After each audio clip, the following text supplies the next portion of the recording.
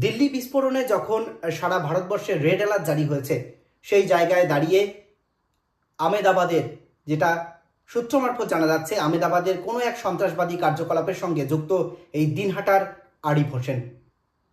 তিনি দিনহাটার নন, তিনি বাংলাদেশের। তবে বর্তমানে তিনি ভারতীয় নাগরিকত্ব পেয়েছেন এবং তার আধার কার্ড, ভোটার কার্ড, সেই তথ্য কিন্তু আমাদের সামনে এসেছে। এবং আবারও কিন্তু প্রশ্ন উঠছে যে গ্রাম পঞ্চায়েত কর্তৃপক্ষ কিভাবে তাকে রেসিডেন্ট সার্টিফিকেট দিল এবং সেই রেসিডেন্ট সার্টিফিকেটে অর্থাৎ আধার কার্ড এবং ভারতীয় ভোটার কার্ডে তার ঠিকানা কিন্তু রয়েছে নান্দিনা। এবং 5 বছর আগে কিভাবে সে বাংলাদেশ থেকে এসে এখানকার ভারতীয় কোনো মেয়েকে বিয়ে করে সংসার জীবনযাপন করছে তা নিয়ে কিন্তু উঠছে প্রশ্ন। আপনি ঠিকই শুনেছেন, দিনহাটায় সন্ত্রাসবাদী, তাও ভারতীয় সন্ত্রাসবাদী নয়, তিনি বাংলাদেশি সন্ত্রাসবাদী। এবং গতকাল তারই খোঁজে অভিযান চালাতে আসে এনআইএ 3 সদস্যের একটি দল।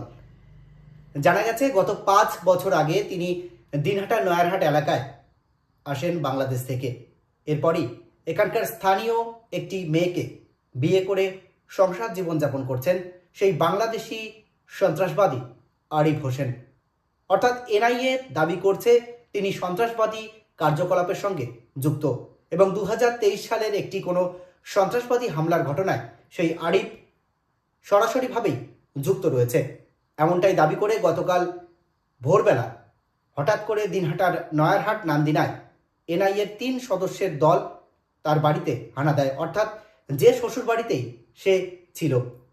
এবং বুদ্ধিমত্তার সাথে সেই শাশুড়ি তার জামাইকে পালাতে সাহায্য করে।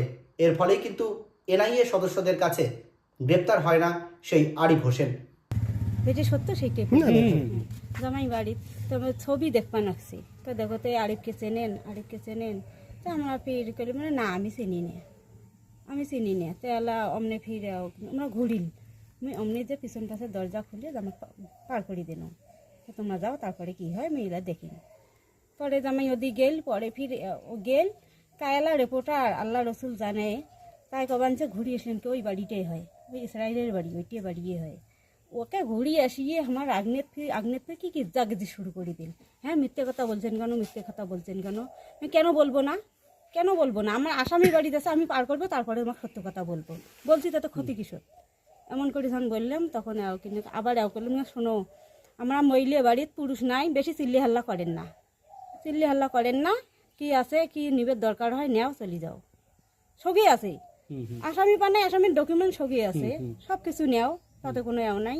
পরে ওটাও করিল, পরে বাইরে বিড়িল, আগর ঢুকিল, পরে বাইরে বিড়িল আর সাইন করে তারপরে ঢুকি। আগর ঢুকলেন কে আগর প্রথমে সাইন ছাড়াই ঢুকছে, হ্যাঁ সাইন ছাড়াই ঢুকিয়ে সেই শুরু করছে গিয়ে আগর ঢুকলেন কে তা আগর এলা সাইন করবো না, এখন এমনি ঢুকেন সাইন করবো না আর।